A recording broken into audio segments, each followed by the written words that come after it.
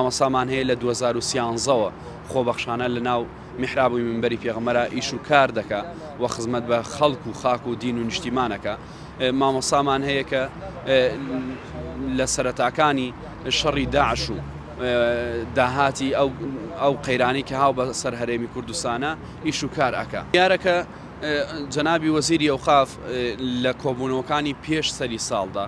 وعدی بە مامۆسایانی خۆبەخشدا بوو کە هەر کاتێ مامۆسایەکی پەروەردە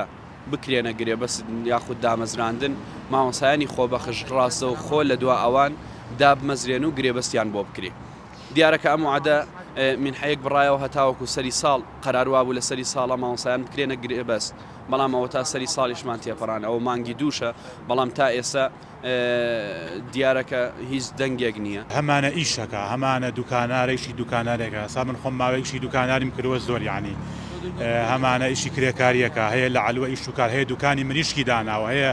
سایاق تەکسیە بەڕاستی ئەگەر ڕاستی بێ ئەمانە هەمی دوورکەوتنەوەیە ئەو کەسە لە ئەسلی ئیشەکەی خۆیان چونکە ئەسڵوانی ئەو کەسە ئەمیشە بکە ئەسڵ وایە حکومەتی هەرێمی کوردستان ئەم مامۆسایە کە چەند ساڵ ئەخوێنێر بە حەقی خۆی شەهادەیەکی بەدەستێناوە لە شوێنی خۆیان داینێ ئیشوکاری خۆی پێ ڕاستپێرێ لە مزگەوتەکان زۆرە یعنی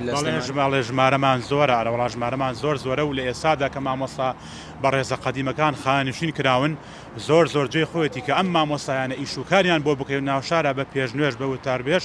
شوێنی ئەو مامۆسایانە بگرنەوە ئەرەوەڵا لە ئێستا زۆر زەرورە.